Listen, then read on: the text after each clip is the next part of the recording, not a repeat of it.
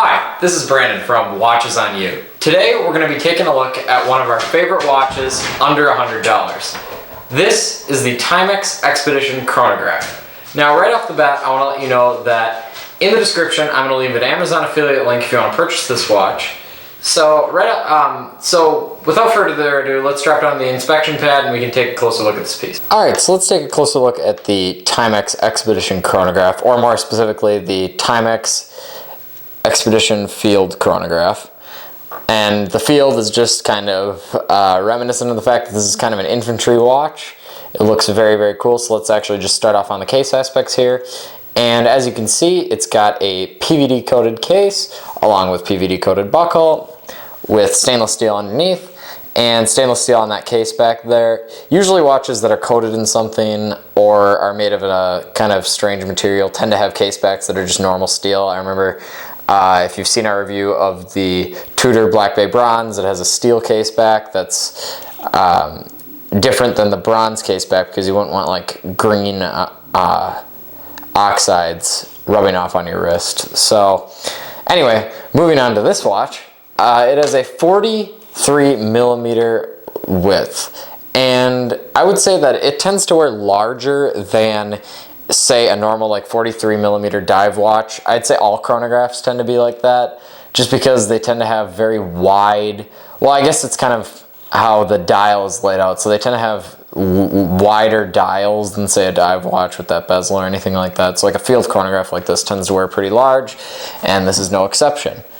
So moving on to sort of the features of this watch, it has a chronograph, obviously, hence the name, and this chronograph is capable of counting every all tenths of a second, and that goes in this subdial right here, the upper right. And you've got your minutes subdial in the upper left.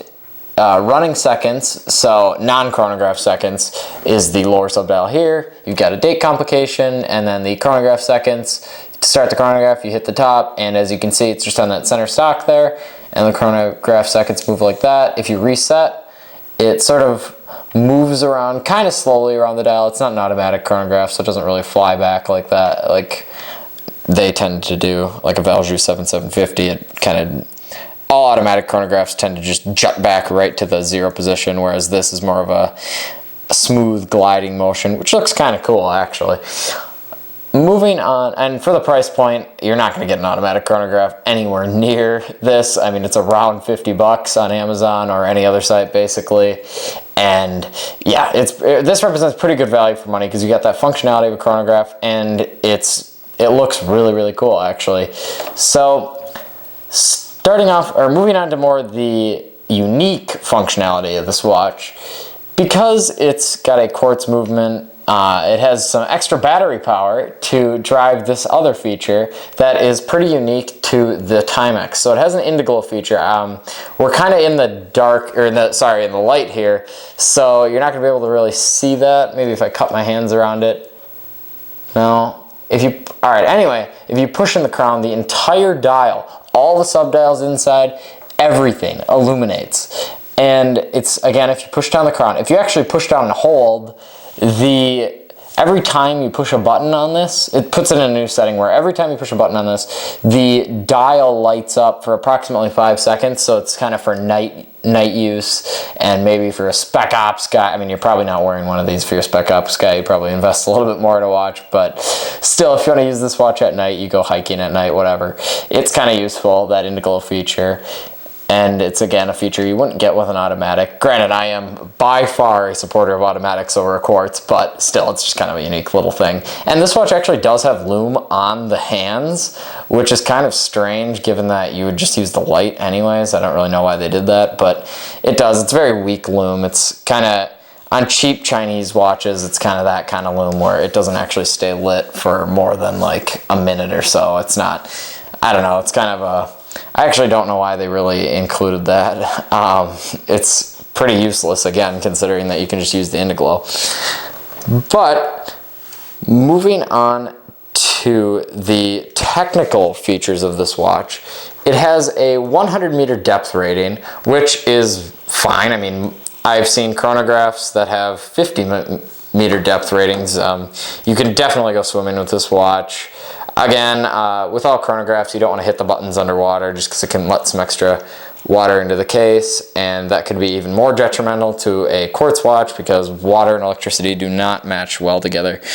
So, some other interesting features. This watch actually has a genuine leather strap. Now, a genuine leather strap on a watch that is around $50 is pretty impressive, especially one that is not Swiss or anything like that.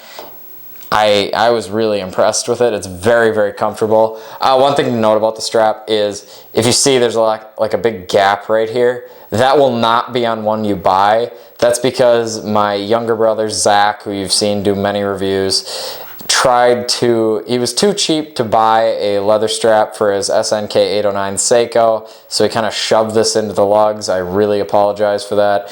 And if you want to, you can make fun of him in the comments of his videos. And yeah, he needs to know that he did wrong there. So moving on to a wrist shot of this watch.